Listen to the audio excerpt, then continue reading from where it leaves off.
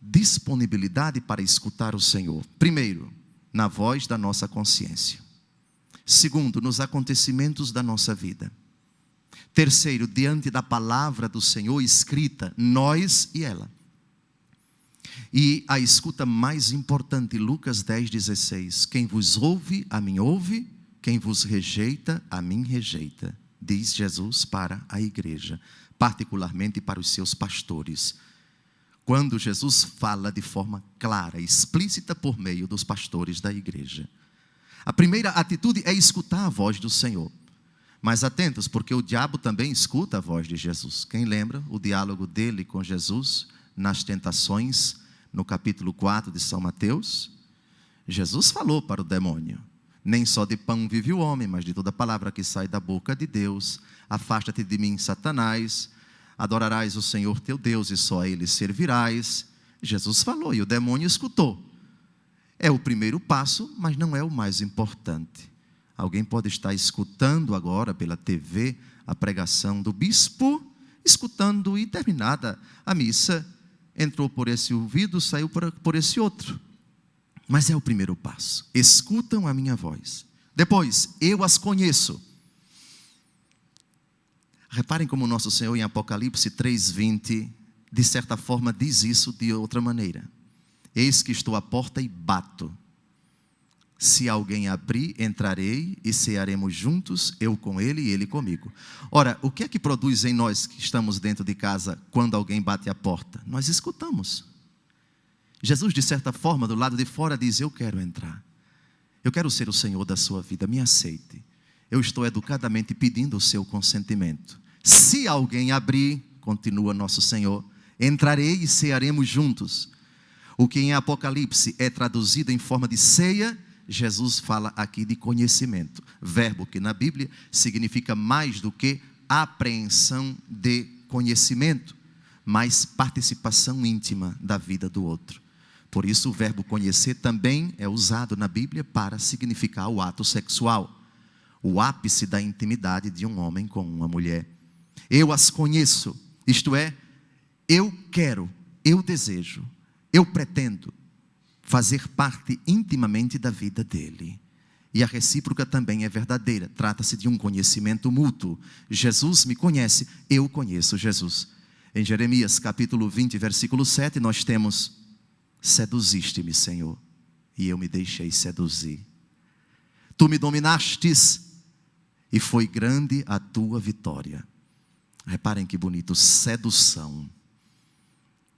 O jogo do amor que leva o homem ou a mulher a seduzir, a tirar a resistência do outro e a entrar na intimidade do outro e ali permanecer.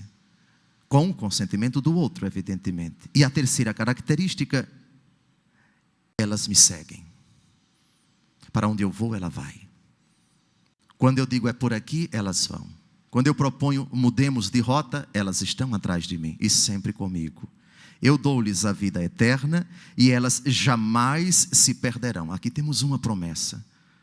Quem escuta Jesus, deixa-se conhecer por Jesus e segue a Jesus, esse tem a vida eterna e jamais se perde.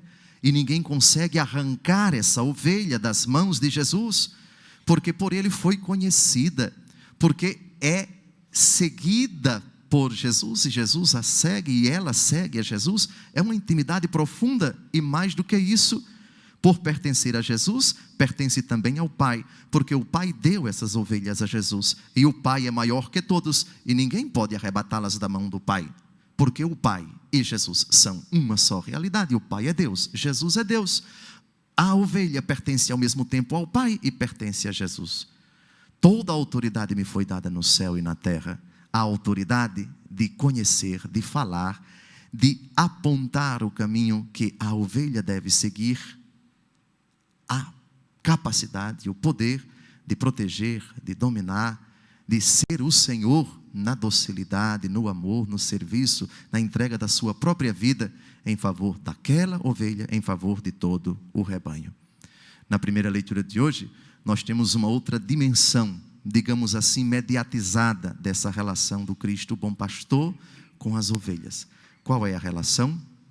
A mediação da igreja. Na primeira leitura, nós temos a igreja pregando a palavra de Deus, primeiro aos judeus, depois aos gregos. Não obstante as perseguições, muitas pessoas acreditaram no Evangelho e se converteram ao Senhor. Depois a igreja manda um representante até aquela comunidade. Barnabé vai a Antioquia, para quê? Para confirmar a fé dos que abraçaram o santo evangelho. A graça de Deus havia crescido neles. Barnabé fica muito alegre e exorta todos a permanecerem unidos no Senhor. E naquela cidade, pela primeira vez, os discípulos foram chamados de cristãos. Que título belo, que honra, que responsabilidade também. Nasceu nela todo homem, Deus é sua segurança, diz o Salmo acerca de Sião, que é a cidade de Jerusalém, símbolo da Jerusalém celeste, que já tem início aqui na terra, que é a igreja que milita, que é a igreja que caminha, que peregrina, escutando a voz do Cristo, o bom pastor, unida numa só fé, unida pela palavra, pelos sacramentos, a igreja de Deus, que atravessa a longa aventura da história rumo à casa do Pai. Eu concluo essa homilia exortando todos aqueles que pelo batismo se tornaram ovelhas do Senhor. O inimigo está à espreita, pronto a arrebatar das mãos do Pai, dos braços de Jesus, as ovelhas.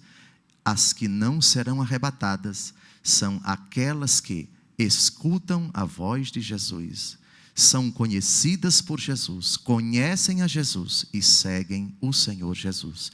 Esse segmento, amadas ovelhas do rebanho do Senhor, não pode ser senão na Santa Igreja.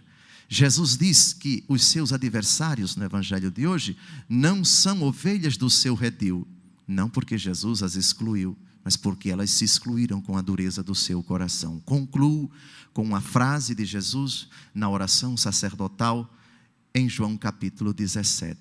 Tenho outras ovelhas que não são desse redil. Jesus ora ao Pai por elas.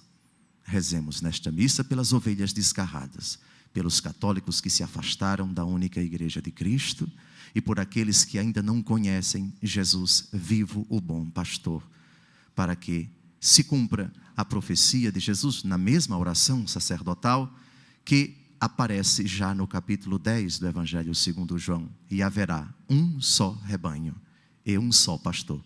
Louvado seja nosso Senhor Jesus Cristo. Obrigado, Senhor Jesus, porque você está em nosso coração e nossa vida. Sintamos todos nós essa presença do Senhor, do bom pastor, do divino amigo, que veio nos visitar porque o seu amor é muito grande para com cada um de nós. Sintamos a sua presença